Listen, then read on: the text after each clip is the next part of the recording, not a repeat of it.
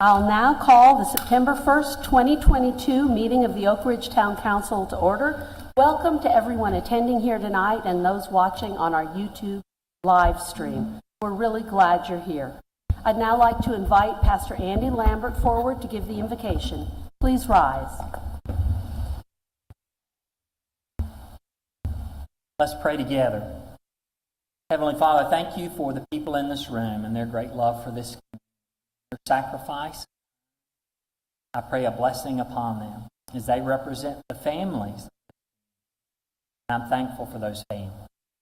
Lord, I'm thankful for the church family, faith family, offering hope to this community. I'm thankful, Lord, for business in this community represented by this community. Because of those jobs, folks are able to give, and in that gift, differences are made. We're thankful for every farmer, every bus driver, every teacher. Thank you, Lord, for the opportunity you give us to make a difference. Lord, we do want to make a difference. So give us wisdom, courage, and discernment. We'll give you glory and honor. In Jesus' name, amen. Please join us in the Pledge of Allegiance. I pledge allegiance to the flag of the United States of America and to the republic for which it stands, one nation, under God, indivisible, with liberty and justice for all. Thank you, Pastor Andy, for being here tonight. We'll now move to item 2 on our agenda, which is the approval of our agenda. Is there a motion, Council? I make a motion to approve the agenda as presented. Second. The motion has been made and seconded. Is there any discussion? Hearing none, we'll proceed to a vote. All in favor say aye. Aye. Those opposed? The motion carries and the agenda is approved. We'll now move to item 3, approval of the minutes from our August 4th, 2022 regular meeting and for the closed session minutes of the same date. Council, you've had the opportunity to review those minutes in draft form. Is there a motion? Yes, Madam Mayor, I make a motion that we approve the minutes for the August 4th, 2022 regular meeting, August 4th, 2022 closed session. Second. The motion has been made and seconded. Any discussion? Hearing none, we'll go for the vote. All in favor say aye. Aye. Those opposed? The motion carries and the minutes are approved from August 4th. Moving to item 4, resolutions, proclamations, and announcement. We have 2 items tonight. First, in recognition of the recent death of Doug Nodine and the fact that many of us weren't able to attend the service celebrating his life, I'd like to invite residents and council members to share reminiscences about Doug. These can be personal or about his service to the community, which we honored to some extent in a resolution when he resigned his position on council. But I think it's fitting that we do so once again. Is there anyone who wishes to speak? Just raise your hand. Mr. Kelleher, come on down.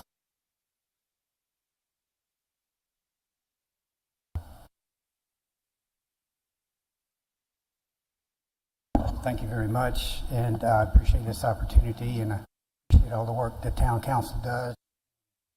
I know that Doug is in terms of our consultations and making, and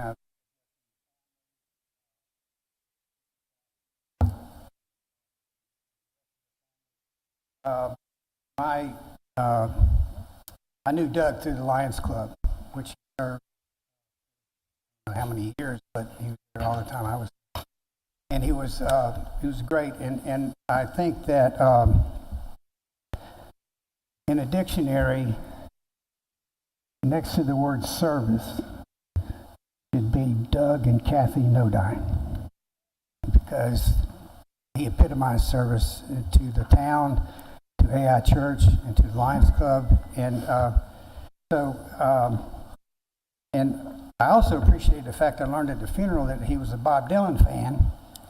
I grew up in my teens playing Bob Dylan songs, and so I thought of one in particular that to me epitomizes Doug as an authentic person, known for the courage of his convictions, which he can express but not insist on, and have respect for other people's opinion, but at times it may have seemed to him like he was the sun rising in the west and setting in the east.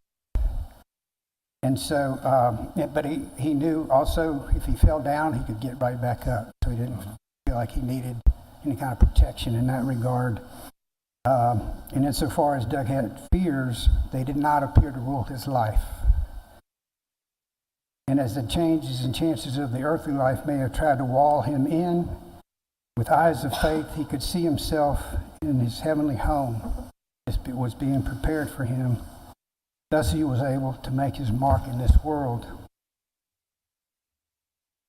So this is the verse of a song, "I Shall Be Released" by Bob Dylan, that says poetically what I was trying to express. They say every man needs protection. They say that every man must fall.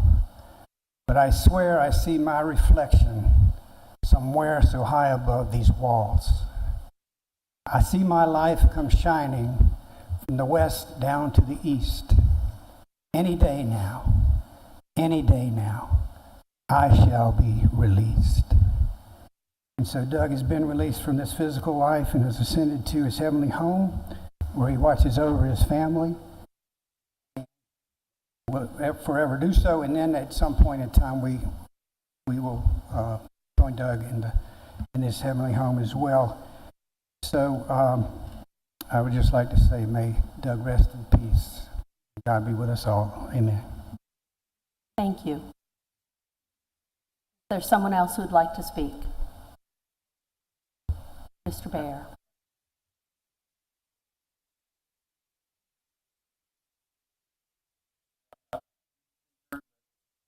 When I heard you guys were going to honor Doug, I had to come and stand up for him. As far as I worked with him for a long time at the POR. First met him when I went up to see if I could do anything at the AI church. And then on, we got along real good with him, and things went along good, and I was honored to be able to work with him for all those years. I don't know if Kathy minds me saying at the funeral, they family called him Captain.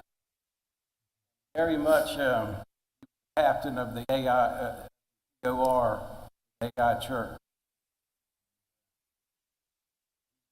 Greatly missed up there. We're trying to keep it going, but he was the heart of it, and we're missed.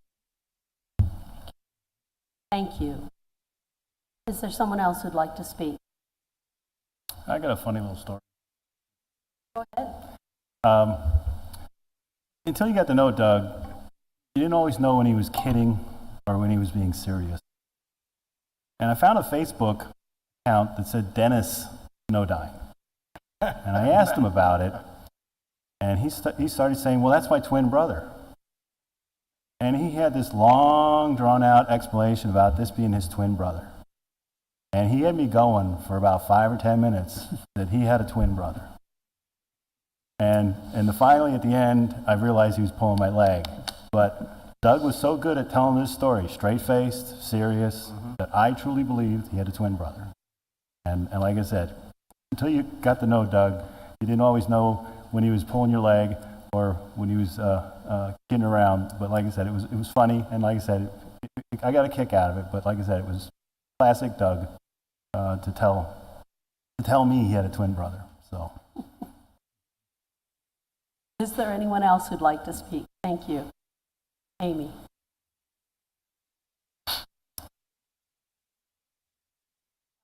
Doug and Kathy are neighbors of mine, and he was very welcoming when we moved into the community, when we started being part of the community, and I always appreciated that.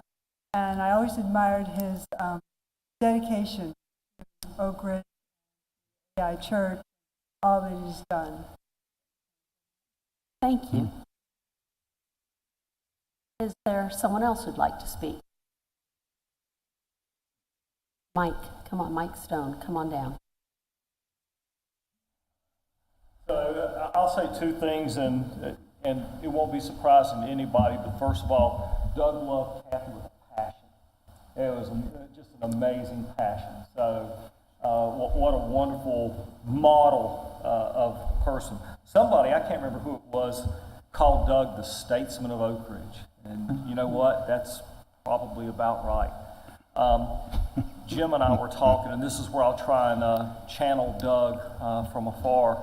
Jim and I talked about this. Doug would say, this is nice, let's move on to something else. he didn't blow his own horn. He was just a guy, but what a statesman. So thank you for doing this, man. Of course, thank you.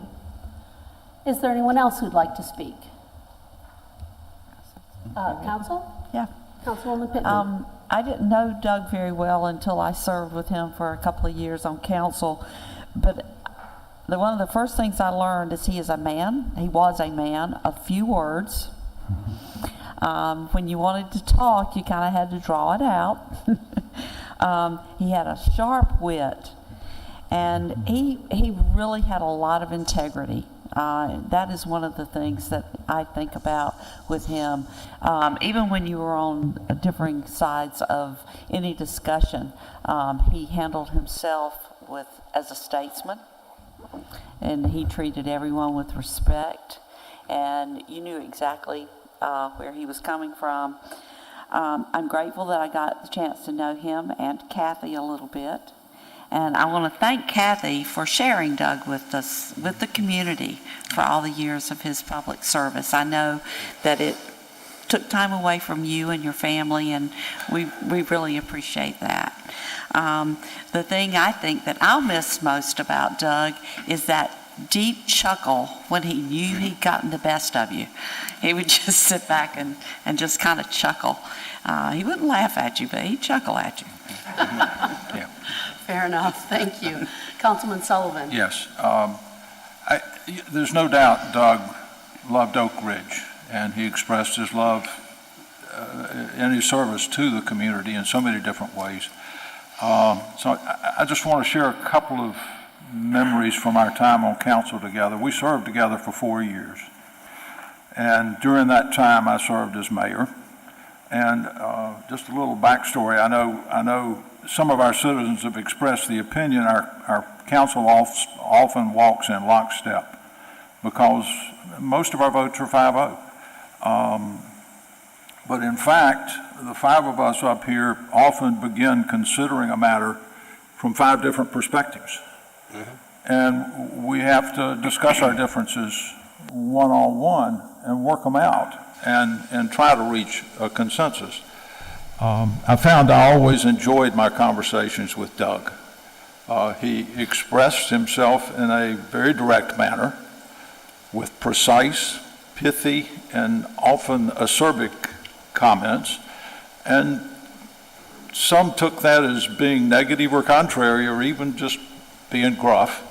I once kidded him about being an old curmudgeon, and that brought on that chuckle and the smile, and he just looked at me and said, well, yeah, I guess I am. But what I appreciated most about Doug was his critical thinking skills, his ability to focus on the crucial points in any decision we had to make, and perhaps most importantly, his listening skills. He always listened to what I had to say.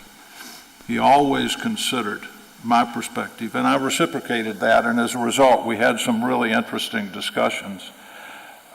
We actually agreed on most of the matters during our time serving together, and even when we didn't, we always ended our conversations on a positive note, and our friendship was never affected.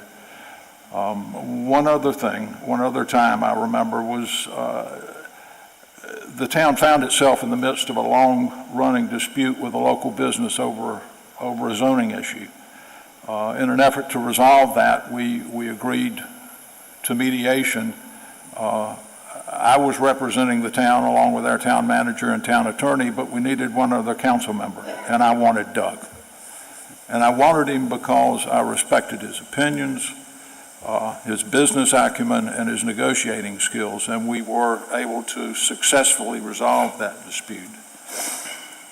As I said when I was sworn in a few months ago, I consider it a high honor to be sitting in this chair, his chair, finishing the term to which he was elected. The town's a better place because of his service, and we're diminished by his passing. And I'm grateful I knew him, and I'm grateful that I could call him a friend. Thanks. Thank you. Councilman McClellan.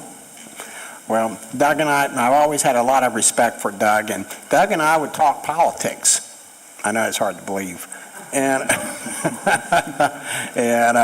Doug, of course, sometimes we would disagree. I'll never forget, I think it was when he first ran, we were on the same cycle, and of course I have always had an interest on cemeteries. I like to go and view the headstones, and this was the one over at AI Church.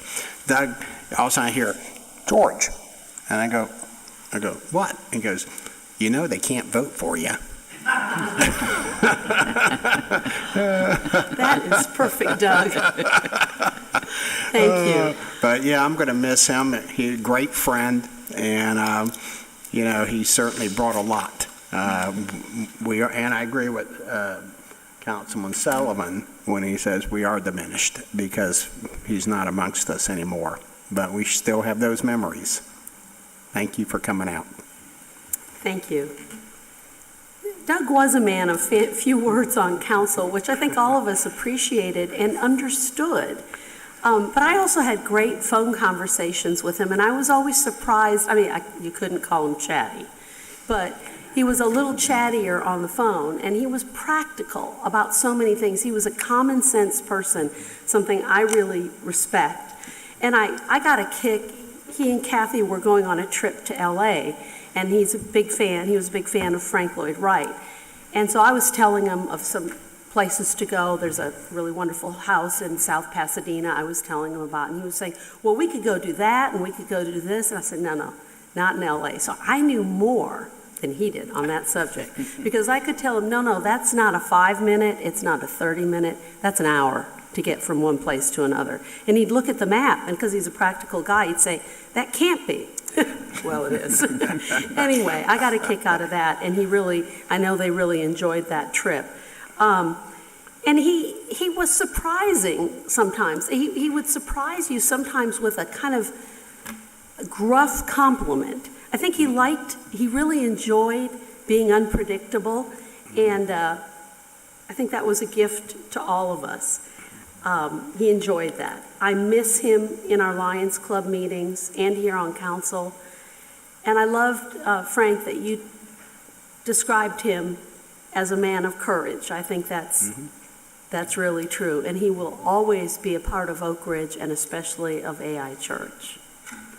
Thank you all. Is there anyone else who wants to speak? Frank, do you want to add something? I know that many of us served alongside Doug. You can come up to the mic. It's hard for some to hear when we're not on the mic, especially on YouTube. Yeah, I have to avoid hogging the mic because I'm guilty of doing that. Basically, I just know that there's many people who served alongside Doug in the Lions Club as well as AI Church, and I thought it might be nice to recognize those present that did serve alongside Doug in those capacities. So if you're with the Lions Club or you serve with Doug at AI Church, could you stand and be recognized? That's a lovely idea. That's us, buddy. Yeah. We'd love to acknowledge all of you for being here.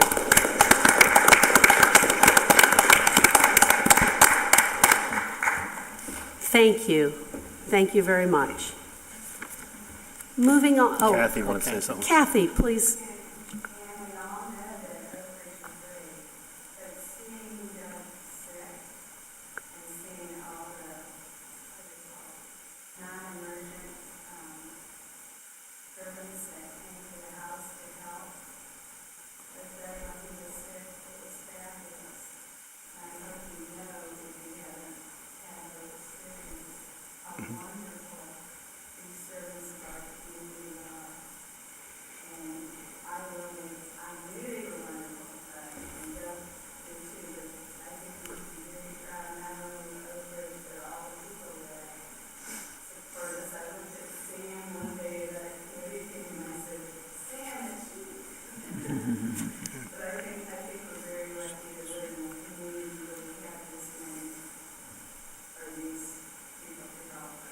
And many of them are standing behind you. Absolutely. Yeah. Absolutely. Thank you, Kathy, and thank you for being here.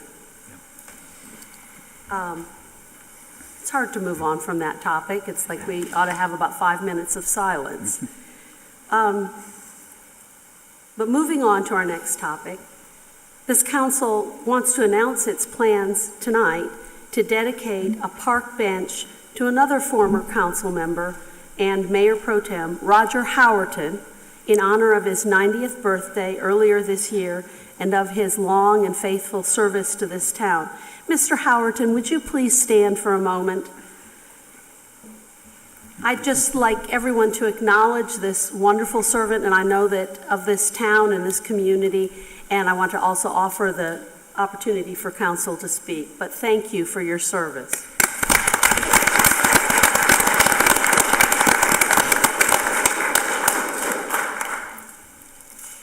I'll invite council to offer comments, but I also want to say that we're working with the Heritage Day Planning Committee to identify a time to unveil the bench that we are going to honor you, put a plaque on to honor you, during Heritage Day on September 24th. I hope you'll both be there.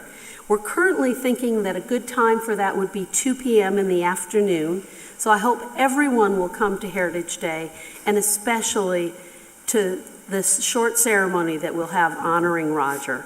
I'll now turn it over to council. Councilman Sullivan, would you like to start us out? Sure. Roger, first of all, happy birthday, belatedly. And I want to thank you for being a friend, for being a mentor to me when I first came on council, and most importantly, personally to me, for being the one who had the vision for a municipal water system for this town. You started that, and a lot of people have helped along the way, but we finally got there, and it's all because of you getting us going. Thank you. Thank you. Councilwoman Pittman. Yes. Whenever I go to events in Oak Ridge, I realize just how much Roger Howerton has served his community, his church, his nation, and his town. If you go to a Veterans Day, he's there with his veterans cap on. If you go to a community event at his church, he's there to greet you with a smile. He certainly served Oak Ridge well. And it amazes me how you continue to be active and involved and engaged in all matters Oak Ridge. Sometimes we take gifts of time and dedication for granted, so tonight I say thank you for your lifetime of service to others and your friendship to me over the last 3 years. Thank you. Thank you. Mayor Pro Tem Kinnaman. As many of you know, I did not grow up around here, so I moved here in 2000. And one of the things I really got a kick out of was that it was a small town, and I could go to the town council meetings and actually observe them very up close and everything like that, and Roger was on council. And one of the things I discovered very quickly was that Roger had strong convictions, but he had an open mind. And I saw that there were many times where he definitely felt one way, but when he got the facts or had alternate opinions or different viewpoints, he changed his mind. And that was clearly when we were discussing, when the town council was discussing whether or not they were going to allow smoking in the park. And I know Roger has a background that you would think he'd go one way, and I could definitely tell he was struggling with it. But when he listened to different points of view and things like that, he voted, to not allow smoking in the park. And like I said, that impressed me very much that he was so open to different points of view.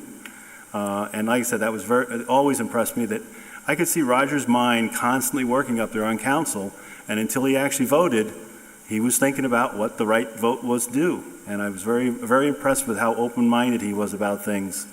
So I really appreciate that. Thank you.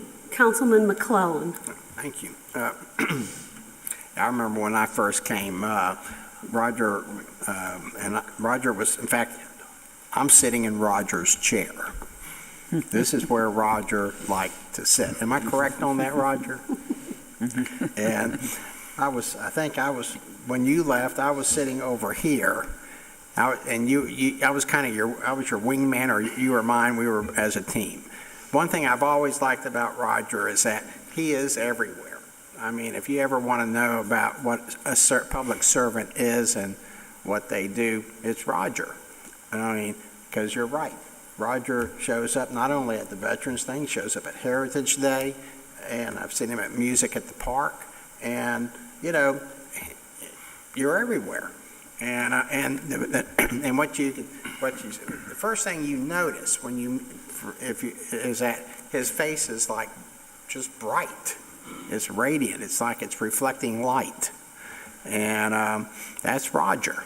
And I've always been a big fan of yours. I was a big fan when you were Mayor Pro Tem, before I was even on this council. And I will continue to be a big fan of Roger Howerton. Thank you for everything that you've done. You've been one heck of a role model.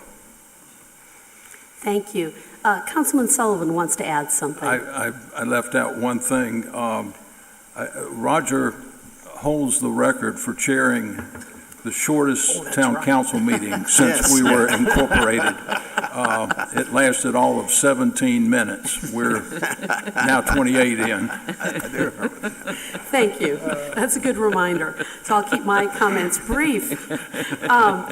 Roger, you've spent most of a good part of your adult life serving this town from 1998 to 2015. You've served this town selflessly, and when I think of you and other early council members and everyone who's preceded me on council, I feel very humbled. I know that I stand on the shoulders of all that you did. We would not be the town that we are without all of the thought and deliberation that you put into, you and other council members put into creating our town park, creating the building we're meeting in tonight. And not to mention the policies and strategies that have set the stage for every accomplishment that Oak Ridge has had in the past almost 25 years. You're the epitome of leadership, and as a resident and as a council member, I offer you my deep thanks. Thank you for being here tonight. We'll now move on from this happy subject to a report from the Guilford County Sheriff's Office. And I'll invite, I think it's Master Corporal Dill, forward to give the report. Thank you for being here. Okay, a total of 227 calls were answered in the Oak Ridge town limits in the month of August. That resulted in 10 formal case reports. We had a enclosed trailer stolen on August 10th, shoplifting at the Verizon store on Marketplace Drive, four-wheeler taken from an unsecured shed. One thing to note, we've still got recent smash and grab break-ins to cars where people leave property. You guys are doing great. We haven't had none in Oak Ridge since in August. So you guys, whatever you're doing, keep doing it. Just friendly reminder, just make sure nobody leaves any valuables in plain sight in their cars. Oak Ridge Elementary School started back up, having some traffic concerns and issues. We just like to ask parents to make sure they follow the pattern that has been set out so we can try to work through the traffic issues. Thank you. Thank you very much. Thank you for being here tonight. We'll now go on to the next item, item 6 on our agenda, a report from the Oak Ridge Fire Department. Who gets to do that? Come on forward. Thank you all for being here tonight.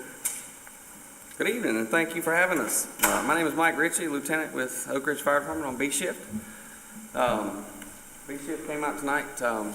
If you have any questions for them or anything, they're here to answer them. Just a quick report for us.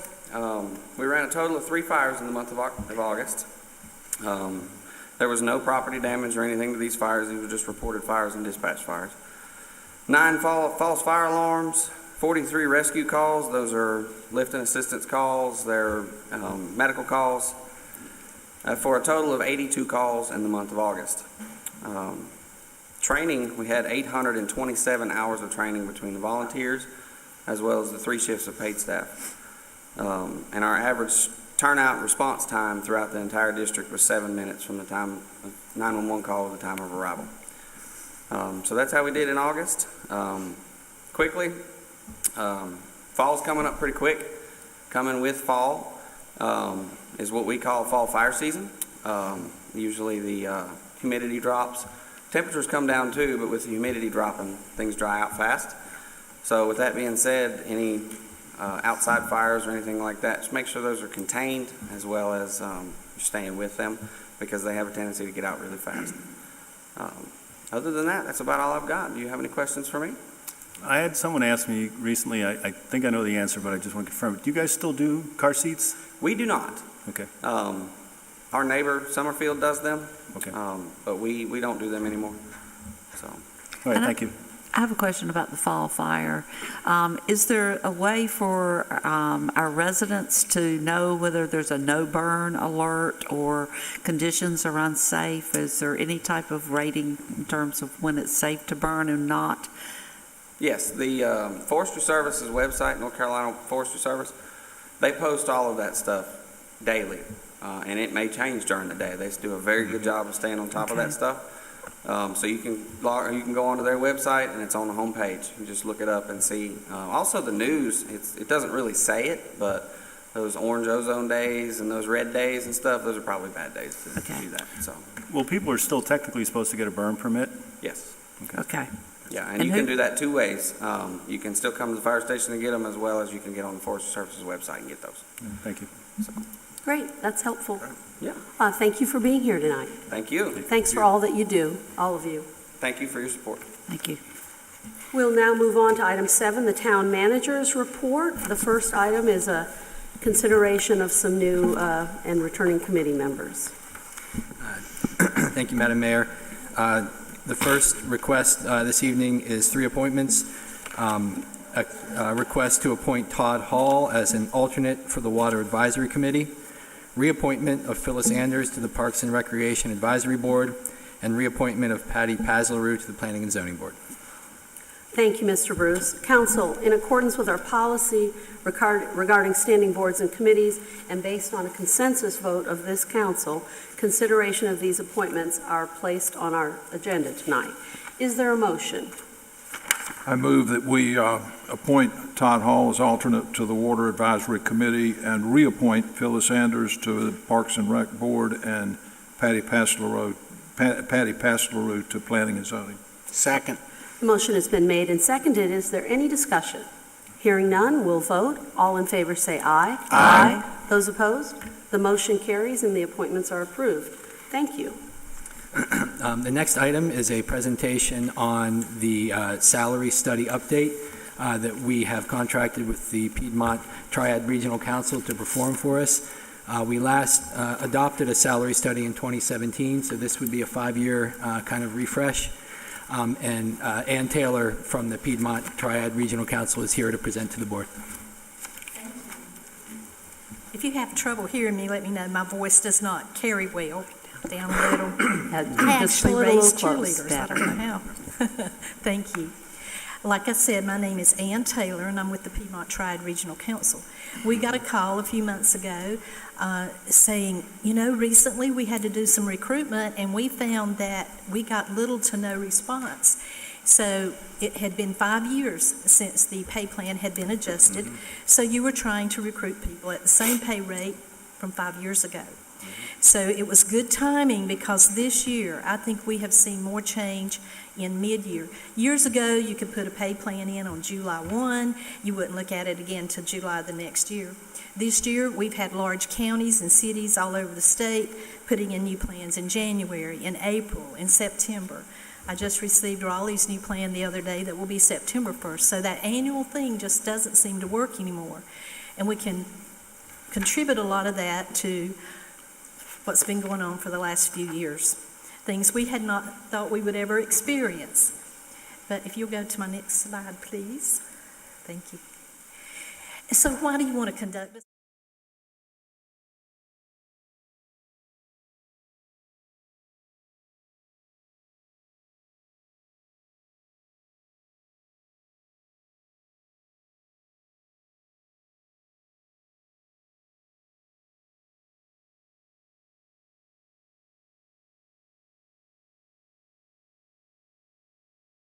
Healthy pay plan. So what we look at is external equity.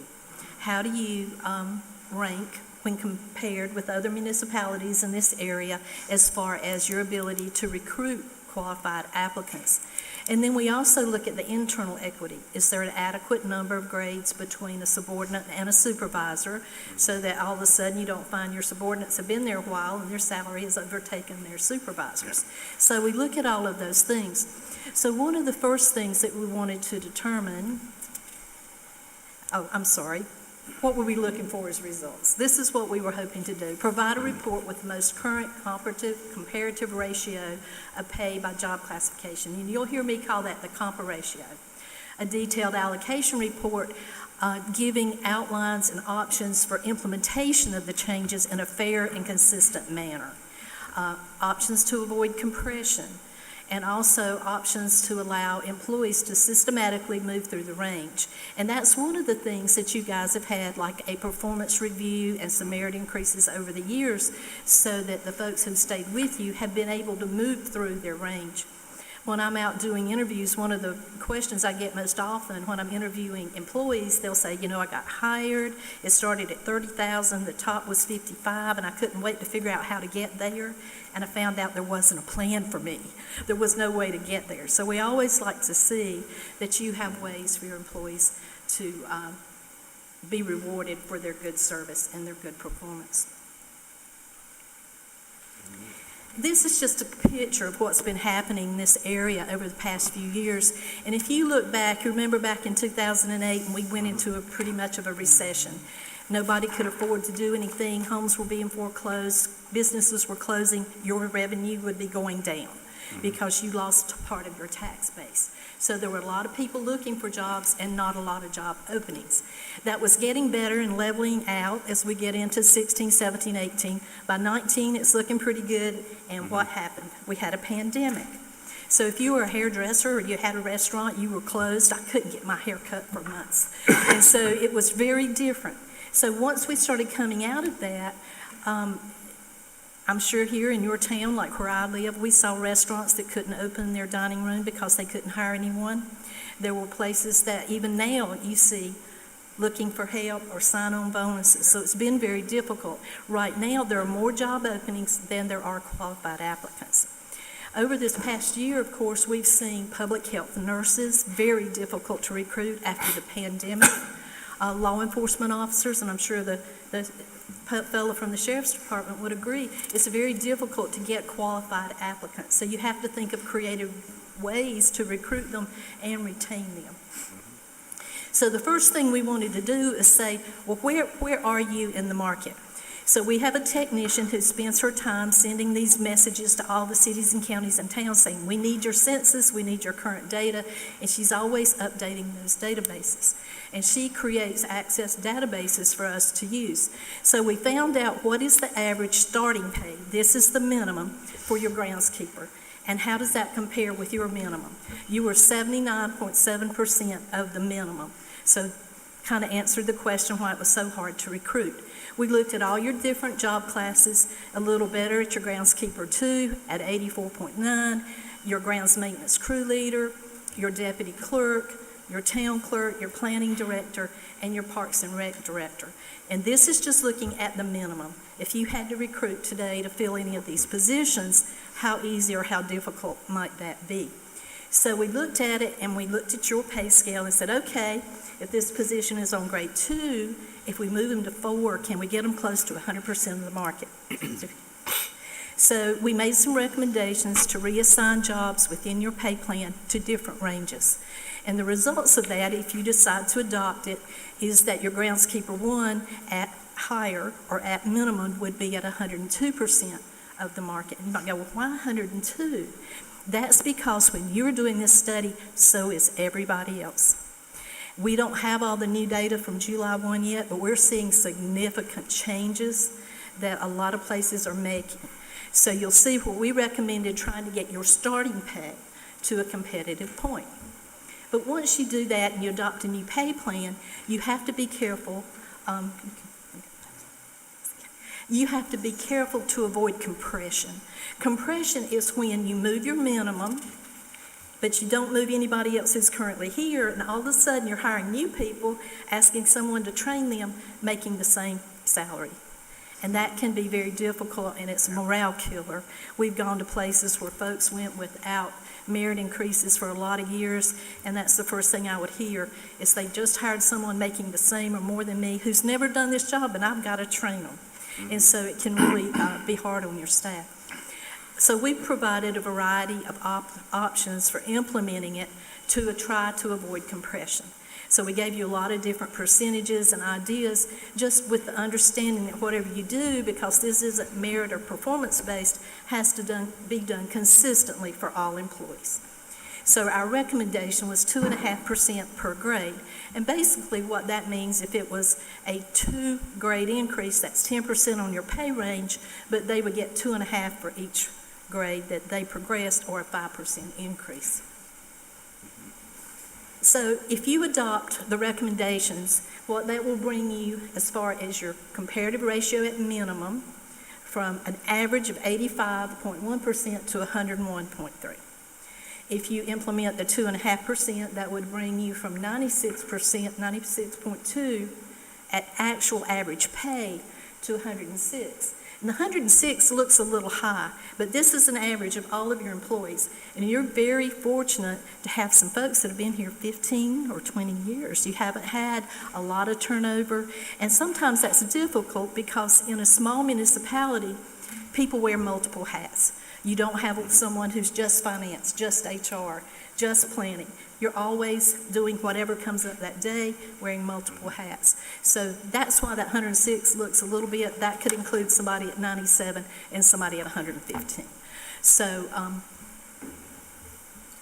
we really appreciate the opportunity to serve you, and if any of you have a question for me, I'll try to answer them. I'm sorry Matt can't be here, much better at this than me, and I think some of you know him, but he had another obligation tonight.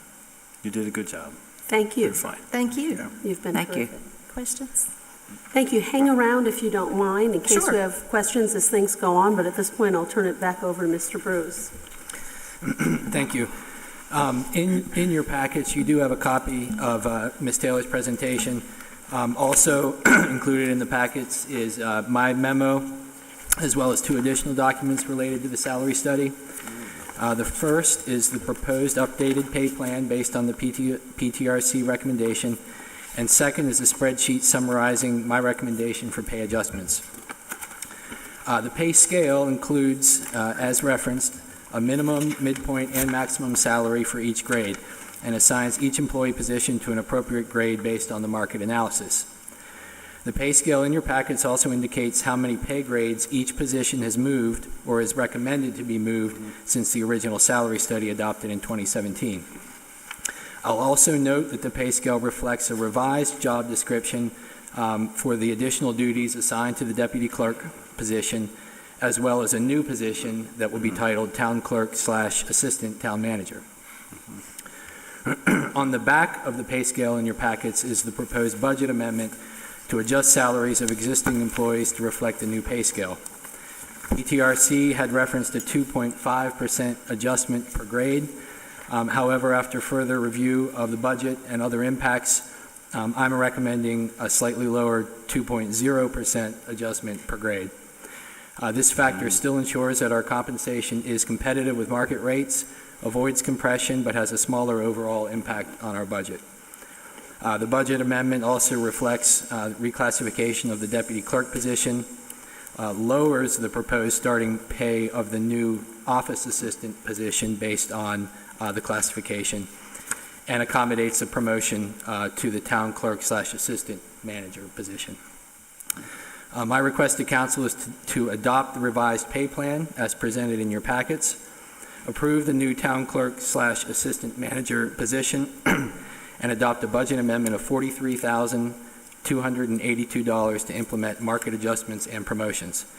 That budget amendment includes approximately $35,000 in salary adjustments across all of our employee positions and $8,000 in associated benefits. Thank you. And thank you, Mr. Bruce and Ms. Taylor, for spending so much time with each of us individually to walk us through this and help us explain it. This is complicated, but it's important. Council, you've had a chance over the past few weeks and tonight to review this matter. Is there a motion? I make a motion. Oh, I'm sorry. I make a motion we accept the recommendation from the town manager to make these adjustments. Second. The motion has been made and seconded. Is there discussion? We'll start with you, Mayor Pro Tem Kinnaman, since you made the motion. We all attended a presentation from Ms. Taylor earlier, so we went through all the numbers. This was definitely something we struggled with because Parks and Rec had Parks Department had a really tough time finding groundskeepers. The salaries were just not competitive, and we went weeks and weeks and months even without, much option there. So, that was the reason we did this initially, was to focus mainly on how do we get people to take care of our park, which I think you all know we take excellent care of the park. So we wanted to make sure we get quality people. So that's why we basically did this study. At the same time, we're doing some promotions. So we're promoting Sandra to the assistant manager position. We're also stepping up the responsibilities for the deputy clerk, which she's done an amazing job. But like I said, we're growing. So we need to make sure we're staying competitive. And I think this is something we try to do. I think I wouldn't mind us basically adopting maybe I don't know if 5 years is the right time, but we definitely need to do this on a regular basis to make sure we're staying competitive. Like I said, we have an amazing staff, and I want to keep it as an amazing staff. So I think this is important that we make sure we are fairly compensating them and competitively compensating them so that we can get people when we need them. So that's why I'm in favor of this. Thank you. Councilman McClellan. Thank you, Madam Mayor. Pretty much, Jim said pretty much what I was going to say. Thanks, Jim. But we do. We have a good staff. We really do. And we've got good folks out there that are taking care of our parks. One thing that, I'm happy to see is that we're getting closer to where these folks on the park are getting what is statistically called a livable wage, getting closer. Am I correct on that? And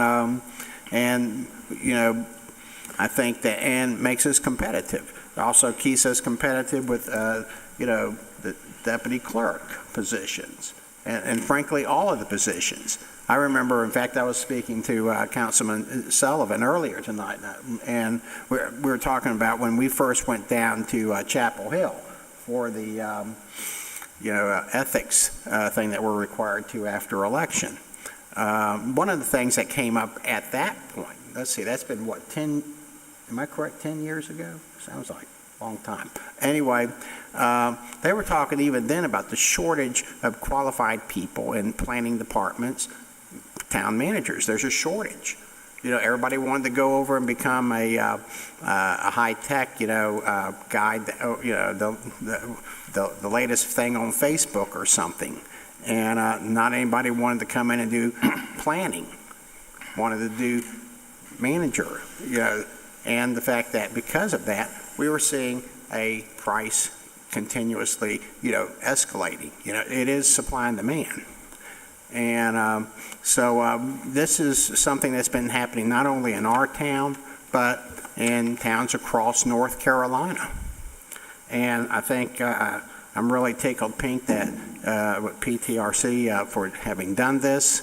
They do an excellent job. I'm also the delegate to that, on that. And they do an outstanding job. So anyway, Jim, you were absolutely right. So I'm glad you said it. Thank you, Councilman. Councilwoman Pittman. Yes, I'm really glad we did the study, and yes, we want to be competitive, but I think it's important not just to be competitive, we need to be relevant. So that's why I was in favor of doing the study to begin with. I am a firm believer that compensation should always accurately reflect the skills, the ability, the experience, and the responsibilities of any position. And according to since you dug deep into what everybody does with their job and compared them to other people who do that, I feel like I think you used the word recalibration. And I think that was achieved. The other thing that I kind of like about this is I like benchmarking. And benchmarking is a proven tool. It's used across industries. It's used across economic sectors to measure and compare business metrics and practices with an eye for improvement. And I think that's what this study has done. A lot of times people say, show me the numbers. I think that the numbers clearly support the recommendation of our town manager. I appreciate all of the time and the effort of the PTRC, along with our town manager and our clerk, Sandra Smith. I know she worked very hard in terms of job descriptions. And I support this revised pay plan, the market adjustment, and the required budget amendment. Thank you. Councilman Sullivan. I want to add my thanks to PTRC. We're fortunate to have this resource. We absolutely could not conduct this kind of study on our own. We do not have the resources to do that. It's pretty simple to me.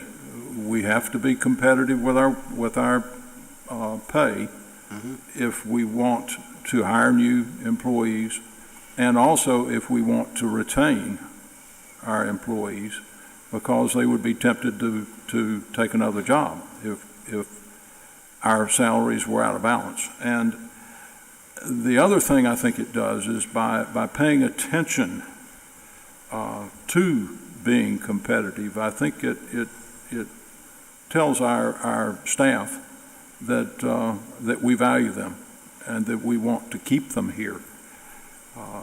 I would honestly hate to try to replace any of them in today's market. And besides, I don't want to see them go. They're too good. Thank you. Excellent points. Thank you. I agree with everything that's been said.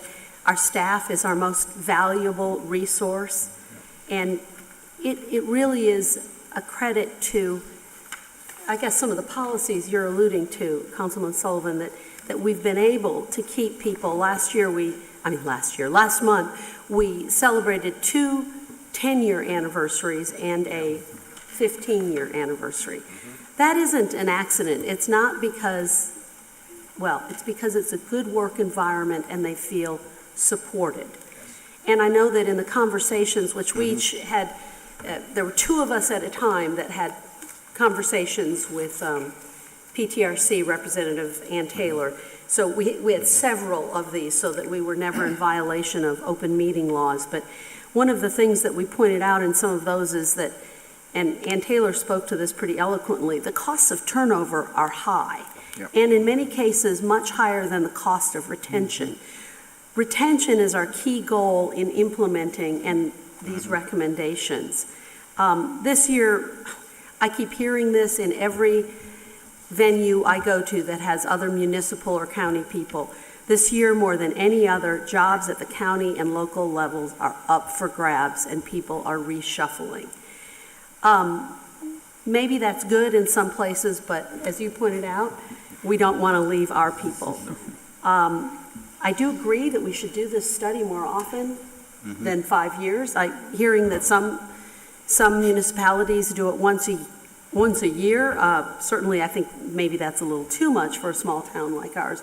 But every 2 or 3 years might be a good idea, especially since the economy seems to be changing quickly. This is a data-based study. Although it's not surprising given the level of inflation, it's an eye-opener. It confirms yet again the impact of larger market forces on our town's budget. and we can't close our eyes to the reality of this data. Our staff demonstrates every day that they're here to serve residents. So this move, implementing these recommendations, will serve our town and our future. Yeah. Is there any further discussion? Hearing none, we'll proceed to a vote. All in favor say aye. Aye. Those opposed? The motion carries, and the town manager's recommendations are approved. Thank you very much. Thank you. And thank you, Thank Ms. you. Taylor. Mr. Bruce, is there any other business that you have for us I tonight? do have one update for the council on Heritage Farm Park. I'm happy to report that the 24-hour drawdown test on our new well that I think the last time I updated you on was still outstanding, will provide enough water for the park's needs for irrigation and for the restrooms. So after a long journey, we're finally at the point now where we've kind of unleashed our engineer to complete those construction drawings and finalize permitting so that we can get this project out for bid. And I know council and everyone is anxious to see work commencing over at Heritage Farm Park. I'm still hopeful, even though there are several more decision points and stages to go before we're turning dirt, that we can do that the first part of next year. Where does our financing agreement stand right now? Sam, do you want to? We have Truist kind of on notice that we'll be coming back to them shortly to refresh our interest rate, but we'll need no more than 45 to 60 days to know that we can close before we can ask for that rate. Any sense of where the interest rates are going to fall? No, sir. Okay. I've got both Truist and Piedmont Federal, who were the two very close bidders last time. Both agreed that they will refresh. I'll guarantee them a minimum of 10 business days, and they can refresh all paperwork and close. And they're basically just waiting for us to get a bid number before I can pull the trigger with them. Okay, thank you. And then it will have to come back to council if the interest rate is above what we approved before, correct? Right. Okay. There are a lot of steps, as some of you are probably picking up, but we've got them all on the list, right, Bill? We do. Okay, thank you. Is there anything else? No. If not, we'll move on to item 8, approval of a resolution to lease or rent property. Back to you, Mr. Bruce. If you could summarize the proposed resolution and the rationale for it. Sure. One of the town's responsibilities is outlined in our utility management service agreement with EnviroLink, who will be our water system service provider, is to provide office use here at Oak Ridge Town Hall at no cost. Having a water department office here at Town Hall will be a great benefit for customer service, as a way, and also as a way to better ensure coordination between town staff and our contracted water department. The lease as proposed, which was drafted by the town attorney, is coterminous with our utility management service agreement, meaning that it's effective as long as EnviroLink is our service provider, subject to all the terms and conditions in the lease. The agreement, therefore, is for an initial term of 5 years, which matches our initial term with the management service agreement. The water department office will be located next to the break room in the office formerly used by the sheriff's department, with a separate ingress and egress to town hall. The proposed lease area is noted on an exhibit that's in your packets. And if there's any questions, either Michael or I will be happy to answer. Thank you. Council, you've received a copy of the proposed resolution. What is your pleasure?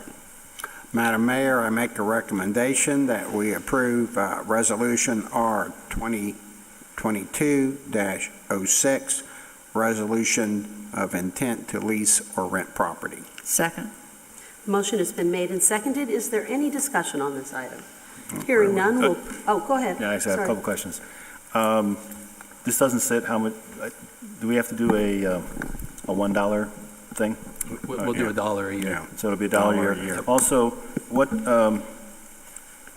what considerations will be to make it, since that will be a, where people that want to pay their bill or talk to them will coming in, how are we going to control access to the rest of the building? Because like we have the break area, which I know you're going to let them use, of course, and also they have the access to the bathroom. how are we going to control public access? Are we going to keep those doors locked now? We probably won't keep them locked. We'll keep them closed with a sign that basically indicates town hall staff only beyond those points. So if you come in the back, Envirolink will have access to the restrooms and to the break room. The public, those doors will be closed with signs indicating town hall staff only beyond those points. Okay. Okay, that's it. Thank you. Any other questions? Hearing none, we'll proceed to a vote. All in favor, say aye. Aye. Those opposed? The motion carries and the resolution is approved. Thank you for all of your work on this. We'll now move to item number 9, a period for public comments. This is the first of 2 such periods. Speakers must provide their name and address and are asked to keep their comments under 3 minutes in length. I'll ask the Deputy Town Clerk to keep time for us. Is there anyone who wishes to speak? Mr. Jones, come on forward. Yes, my name is Ricky Jones. I live at 8364 West Tower Road in Oak Ridge. I'm out of compliance on the code enforcement.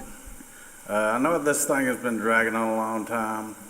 I was in a bad accident right when all this started. I didn't find out about it when I did. It took a long time. I know it's drug out a long time, and I want to say that I'm very sorry for this, and I'm been working with Mr. Bill Bruce here and Mr. Sean Taylor, and since I did find it out, and I have been talking to them, they have worked great with me. I hope it continues that. I know it's took a long time to do. I have lived here all my life. Lived on this farm. I come home from the hospital there when I was born. Just want to say that I hope they will continue to work with me and we can resolve this problem. I know it's taking longer than it probably, it says that, but it's a lot of stuff that's went on in my life that, accidents, my father passed away, family problems and issues. But I am rectifying the problem. Actually, one of the plats I have already in compliance. Me and Mr. Taylor talked about it today. Thank you. I think the buzzer rang, so if you can wrap up. No, that Okay. was Sam. No, that was Sam. Oh, I'm sorry. No, that was Sam. I'm sorry. Go Me ahead. and Mr. Taylor talked about it on Monday, and he knows that I'm in compliance on one already. Just working on getting in compliance on the other, and I am working with Oak Ridge, and I'm very grateful for y'all to work with me after, it's took so long. Hopefully, we can come with a great result at the end of this. Okay. And I just want to say I'm sorry it has taken so long, but I am rectifying the problem. Thank you. Thank you for being here, and I'm Thank you sorry I very much. interrupted you. The only thing I do ask, and I want to ask is, would they quit putting it in the Northwest Observer? I have so many people, I live on a dead-end road. They're coming by videoing this property because they have 300,000 is what the fine is now. Well, people think they can buy it for 300,000, so they're coming by video, they're stopping, they're taking pictures. It's dangerous, really, on this dead-end road because they're building a great big building down there anyway, and people fly up and down that road. So, people, you wouldn't believe the people after this got put in the paper 2 different times that are coming there videoing this property. That's, where I live, and 2 different flats. So if we could just kind of try to rectify that, maybe. That's in the hands of others, but thank you. And thank you. you for being here tonight. Is there anyone else who would like to speak tonight? That's the sound. Okay, I got to get my sound straight. Is there anyone else? Seeing no one, we'll move on to item number 10, our monthly financial update, and I'll invite Finance Officer Sam Anders to present.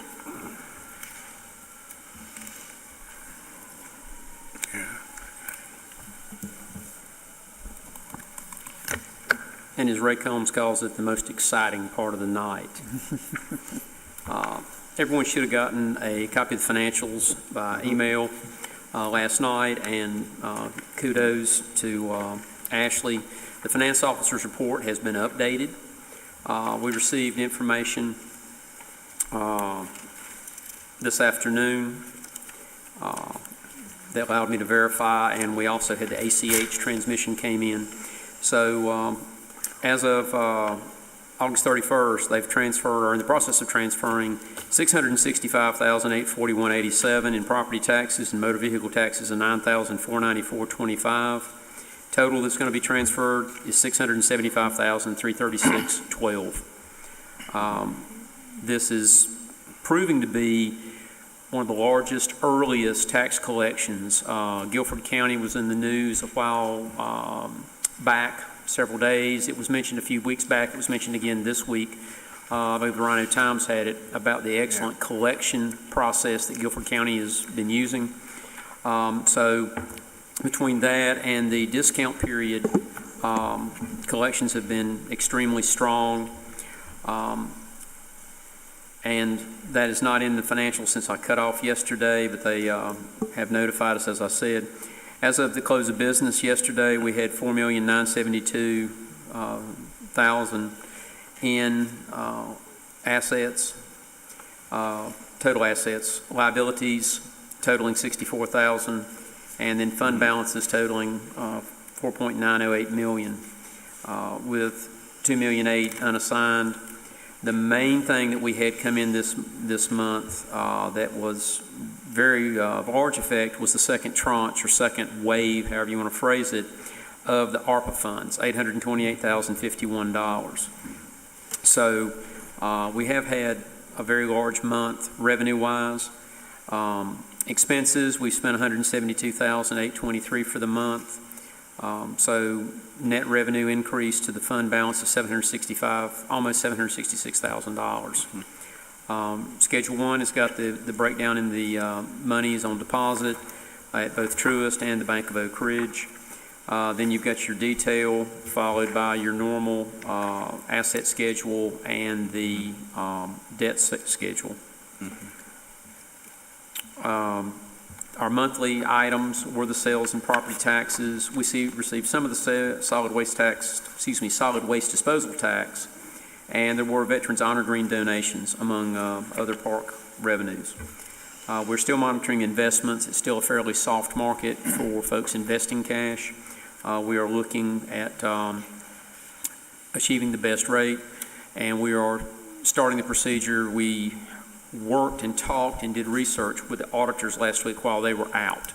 And while on the ARPA funds there are no rules written in stone, they have agreed that entities can put the ARPA funds in interest-bearing accounts. The only thing that the research showed up that the auditors have is that we need to treat those as we do loan proceeds that are being used for a capital project.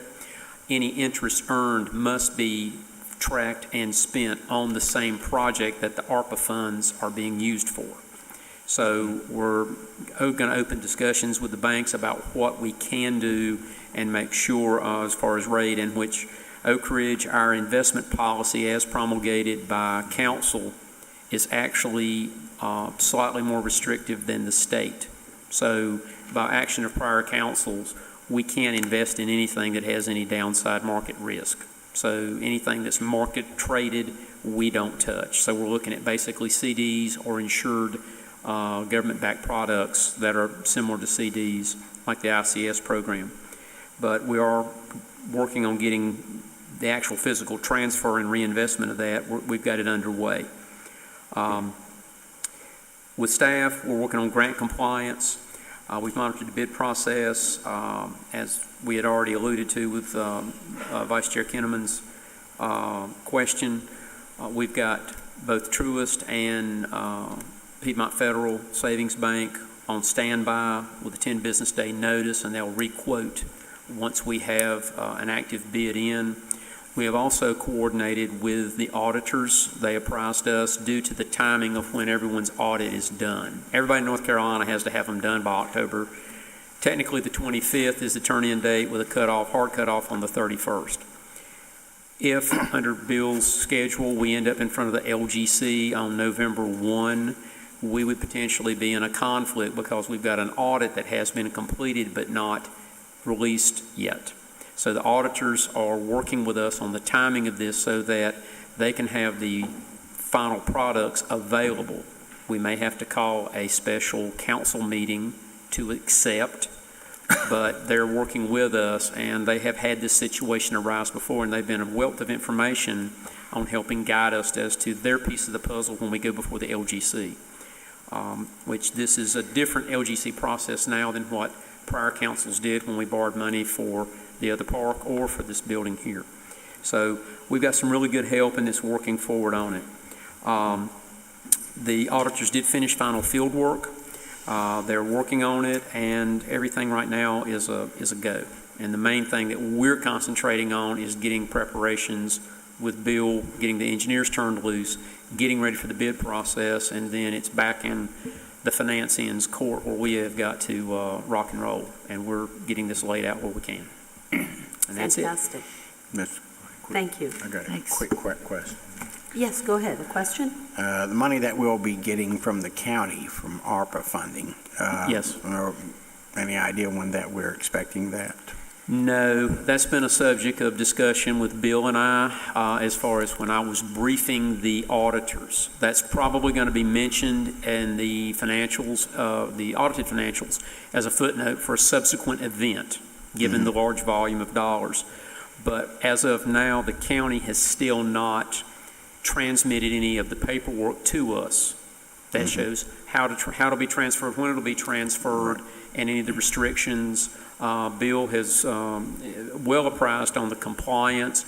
Will we handle compliance on this piece along with our other ARPA funds? Will the county handle it since it's routed via the county? All of these are still gray areas, but as we get solid information, we will be working on that and advising. Okay, thank you. Thank you.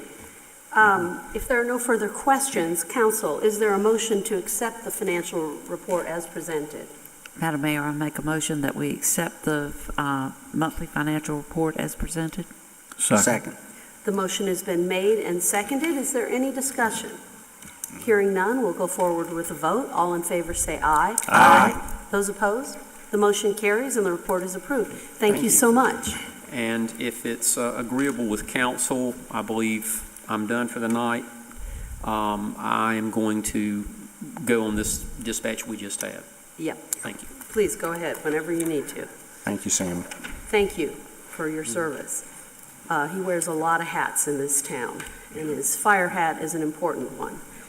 Committee reports. We'll move to item 11, and I'll invite brief reports of up to 3 minutes from boards and committees and community organizations. And our deputy town clerk will read any reports that have been submitted in writing.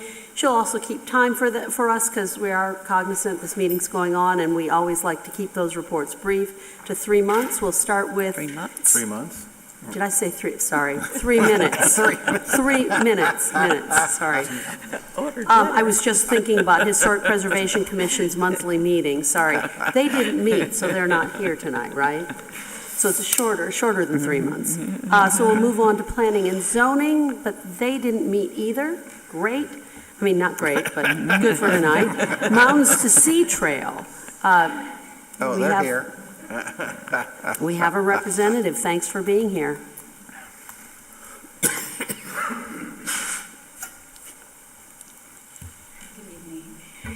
Ann Steele, co-chair Mountains to Sea Committee, 8927 Grove Park Drive. So we held our monthly meeting on August 23rd, and we discussed our plans to participate in the Heritage Day celebration. And we're hoping to attract people of all ages because we plan on sharing information about our trails, and also, Sam just left, but we wanted to thank him for donating some bamboo because we are going to hopefully have children come and make some hiking poles. The poles are there and they'll be able to decorate them and take them with them. So, thank you, Sam. And some of you may have heard that at our new parking lot on Linville Road, due to Tuesday's storm, there was some damage. A large tree fell and damaged our pretty new fence. But thanks to Joel Deaton and Don Gillespie, I believe is how you That's say his his name. name. That's his name. Came and this morning and cleaned it all up, and the fence is repaired, and it's good as new. So thank you to those guys. Fantastic. And we are having a trail work day this Saturday, so if anyone would like to join us, we'll be meeting at the parking lot, which is newly cleaned up, at 9 a.m., and we'd love to have everyone's help if you are able to come out. But something even more exciting than all of that is that our kiosk is complete. So this past Friday, Ben Jones from the Friends of the MST came out, met Martha Pittman, myself, and Mike Kimmel, and helped us install the information panel. So we are very pleased with how it turned out, and we feel like it's a great source of information for through hikers as well as for local people that just come through for a day hike. And lastly, now that the kiosk is complete, we are in the beginning stages of planning for our big grand opening of the Headwaters Trail. We're hoping that that's going to happen in October, so stay tuned for information about that. Yeah. Thank you. Thank you. Just Amazing a work. quick question. Now, where y'all meeting at? Linville Road parking lot. Okay, so at the new one? Yes. Okay, good, thanks. 9 a.m. on Saturday. Great. Bring a shovel. Bring a shovel. Bring a shovel or a hoe. I was gonna bring my camera. It's work. We'll now move to Conservation Easement Committee. Ms. Farrell. Thanks for being here. Good evening. My name is Stephanie Farrell. I'm the chair of the Conservation Easement Committee. I live at 5839 Billet Road in Oak Ridge. I'm here to give the August report for the Conservation Easement Committee. The committee met on August 17th with some members participating via Zoom and in person, and others in person at the Oak Ridge Town Hall. Since we did not meet in July, we reviewed the minutes and discussion from our June meeting. As you will recall, during our last summary, the committee, with the great assistance of Sandra Smith and Ashley Royal, mailed approximately 80 informational letters to residents in Oak Ridge that we deemed as being a good fit for the core program for either open space or historic structures. And during the August meeting, we reviewed that list and narrowed it down to 9 to focus our outreach on. Different committee members were assigned as point people for each of the 9 properties, and our goal before our next meeting on September 21st is to make contact with those property owners and set up introductory meetings with members of the Conservation Easement Committee to promote the core initiative. I look forward to updating you on the outcome of those meetings, and thank you as always for your support of the Conservation Easement Committee. Do you have any questions or comments?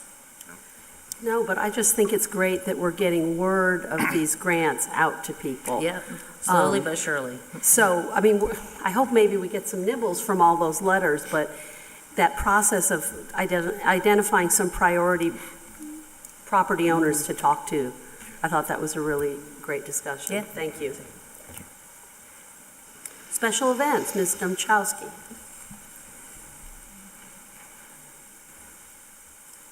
Patty Domchowski, 7320 Hidden View Drive.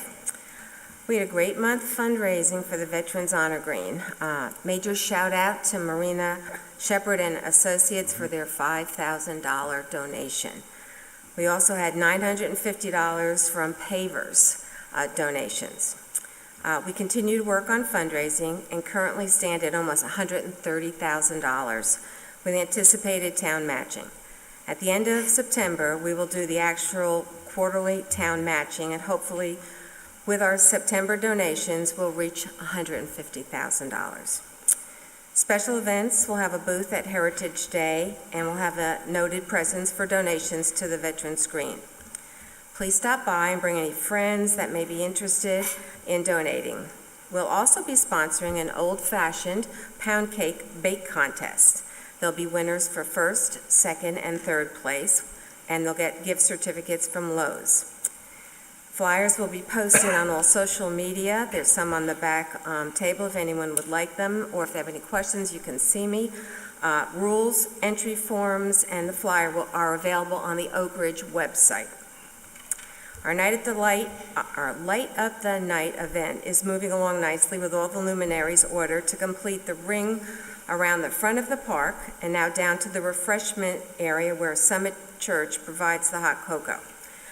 A last-minute need to replace Santa worked out with a replacement being obtained thanks to Barb Engel. Santa again will make his appearance via the Oak Ridge fire truck, their antique fire truck. We now have 14 craft vendors and 2 food trucks that will be at the event. We'll be looking for volunteers to help test out the luminaries in September and install them in the beginning of December. We'll again be using social media to let folks know when volunteers are needed. We had a great turnout last year, and we're hoping to do it again this year. Also, just a reminder that Light Up the Night activities take place in one evening, but the luminaries are on until after Christmas. Wonderful time to walk around at night with family and friends during the holidays. The Special Events Committee will again be serving hot dogs and hamburgers during the 3 days of Ridge Fest. Come by and any donations will be given to the Veterans Honor Green. Again, all our profits will be given to the veterans, and last year we made over $2,500. So we're looking forward to a good year again. We're going to be doing it Thursday night, which we didn't do last year, so we'll be doing it Thursday, Friday, and Saturday. Several of the special events members helped out with the cleanup on the community farmhouse this past week in time for the home to be decorated for Ridge Fest. We're also going to have a small 9/11 memorial in the park at the flagpole. Our Veterans Day ceremony will take place on Friday, November 11th at 10 a.m. at the amphitheater. Again, we hope everybody comes out. We'd like to get a larger attendance this year. So take an hour out of your morning to remember all that served and continue to serve in our military. We have a wonderful military husband and wife team that will provide the speeches for that day. And the last thing is we continue to look into our 25th anniversary celebration for the town of Oak Ridge for next year. Questions? Wow, am I good? Perfect. Good job. You were It's good. 3 months and a year, so. Thank you. I just had one question. Who's judging the pound cake? We have 2 people that are our judges this year. Okay. Yes. Great. We look forward to that. We got to start baking. Parks and Rec Advisory Board, Mr. Garrett tonight. Thank you for both being here. Our co-chairs for this wonderful committee, John Garrett and John Browning.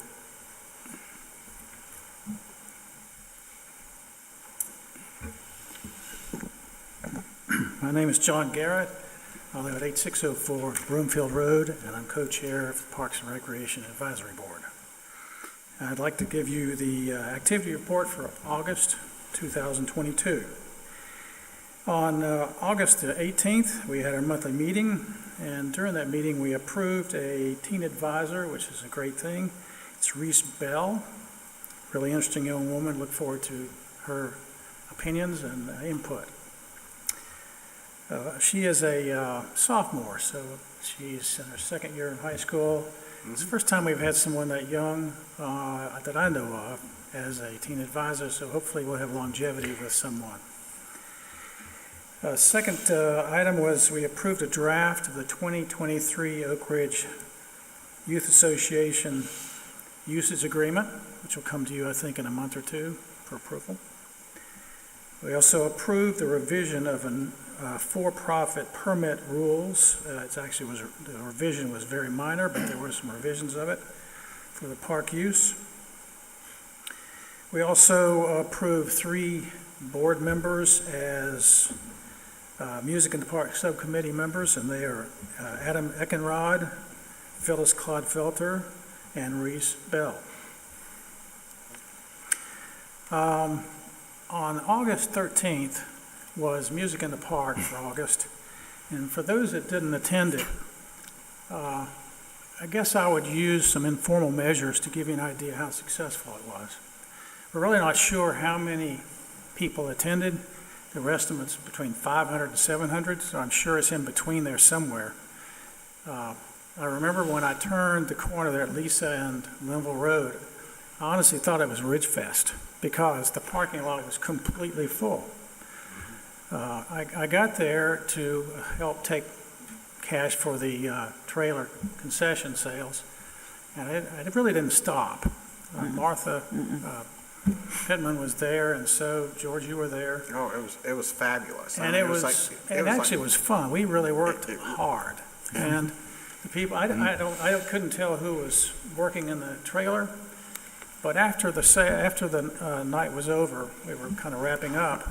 I talked to the Music in the Park chef, and he said that he sold or cooked, I don't know, hundreds and hundreds of hamburgers and hot dogs, more than normal, more than he's ever, I think he said more than he's ever done before.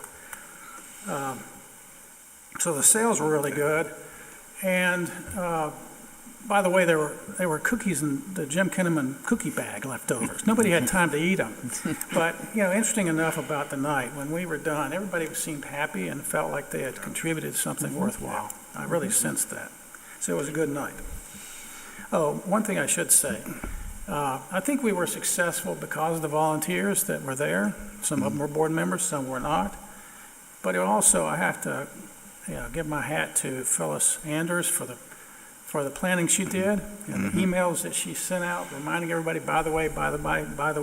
Yeah. So thank you, Phyllis.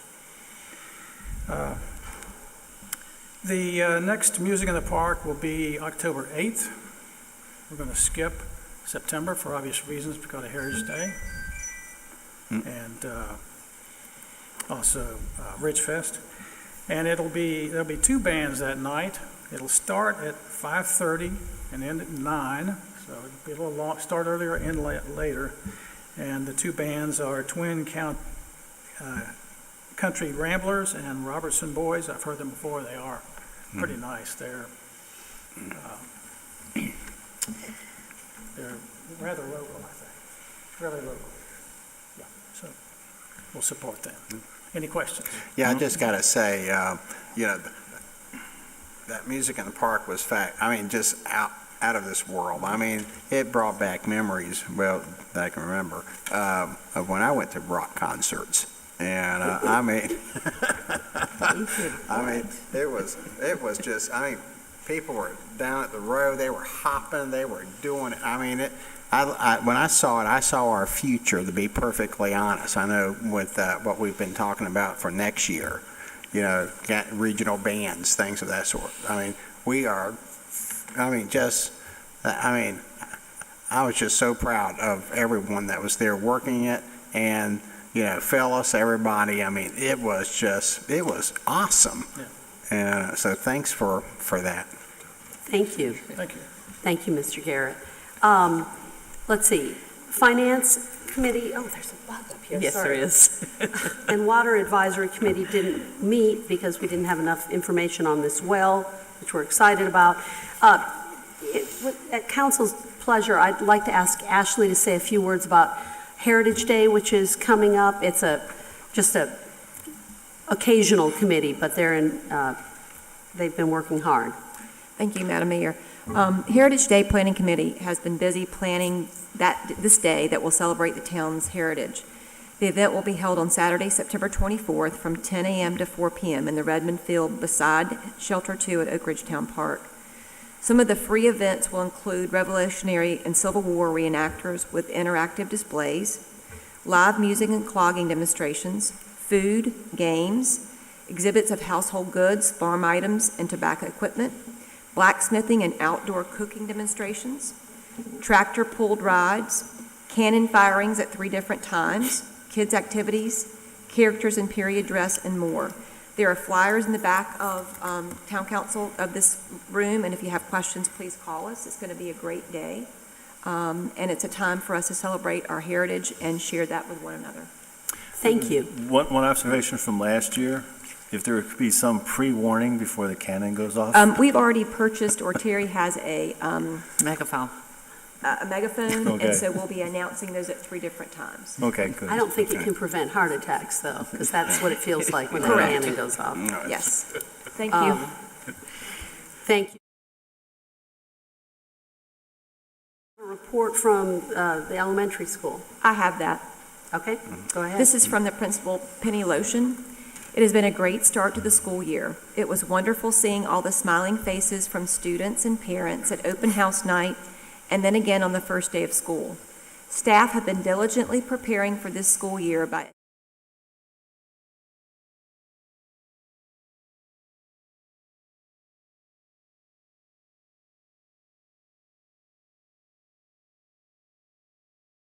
this year as well.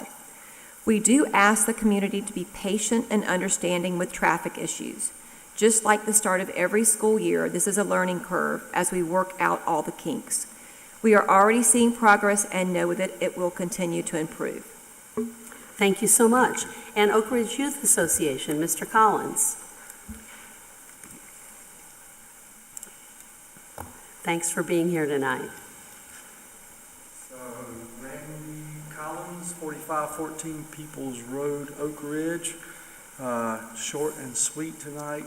Pretty much the Ridge Fest is coming up. It's kind of our big thing for next week. Thursday night's ORYA night. We've sent out all the emails to the parents for a $15, $5 discount for the first night. We'll be manning the tent. Ready to go. We do have a dunking booth, Jim. I remember a volunteer last month, but I won't hold that to you. But I'd be happy to. Dunking booth, some fundraisers there. So. Sign me up. Yeah, that's all I got. Thank you. Thanks for being here. And Oak Ridge Military Academy, have we received anything? No. Then we'll move on to item number 13, the second of two periods for public comment.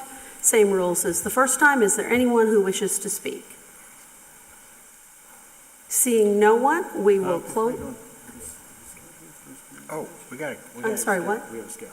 Oh, thank you for reminding me. We'd like to recognize the scout who's here, Mr. Wilder. Would you just wave and say hello? He's here. What merit badge are you here for? Oh, excellent. Good luck. He's also really interested in watching us work. Okay, that's cool. Thanks for being here. I hope it's been informative, and this is not our longest meeting, so you're lucky. Thank you, Jim.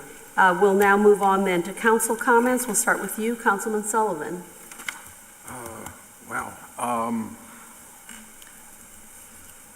Just make a very brief comment about Heritage Farm Park. We have worked really long and hard and spent a lot of money on that well.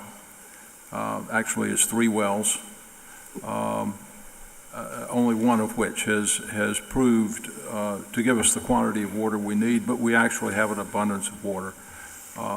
This enables that project to go forward and to give us some flexibility that we honestly didn't think we would have.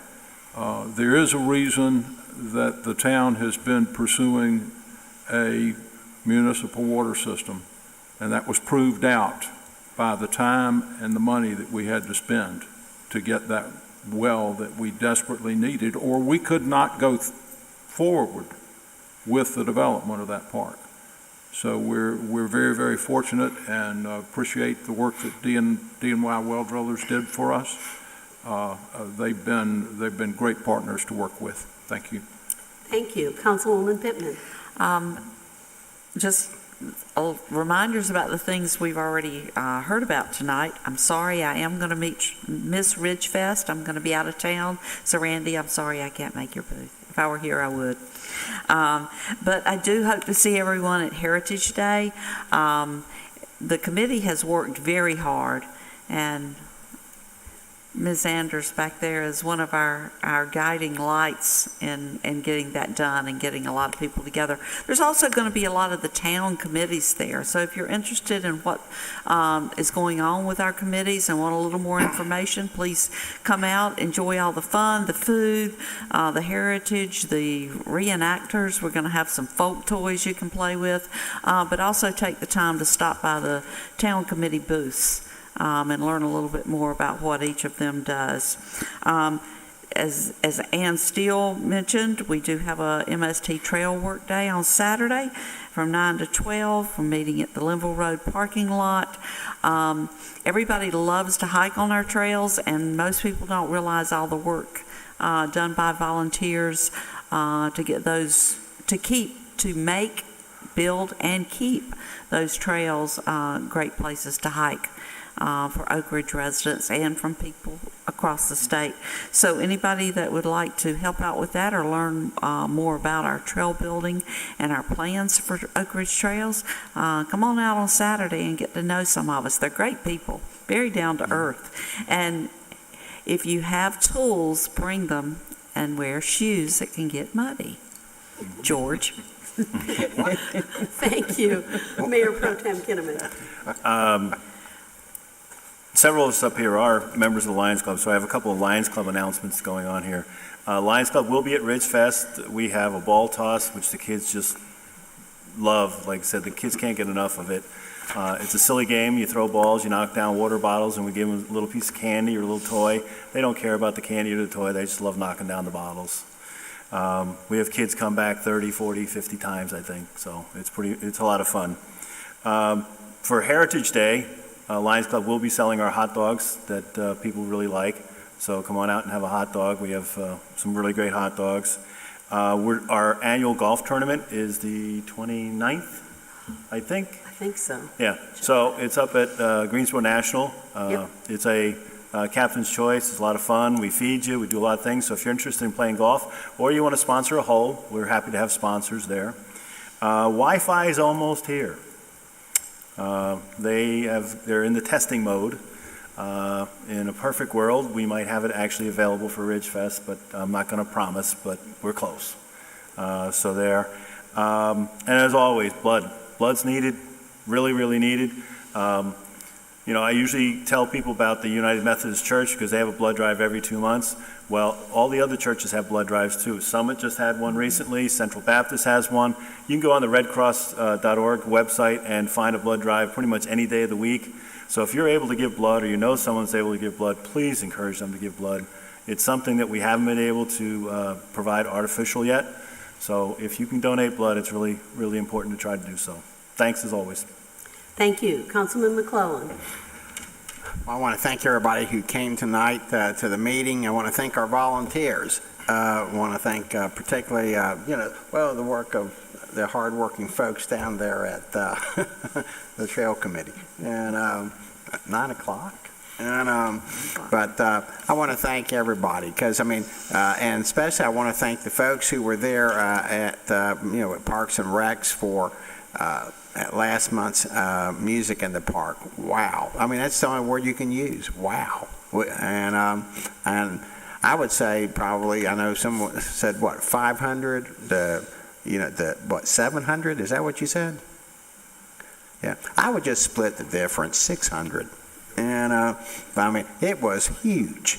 I think it brought a lot to the folks. I was talking to the lady over at to the Moon and Back. She said it was amazing. The owner wasn't there, but she had I think her son was there, and she said she, of course, was looking at the ring ups and just said it was just unbelievable. And so.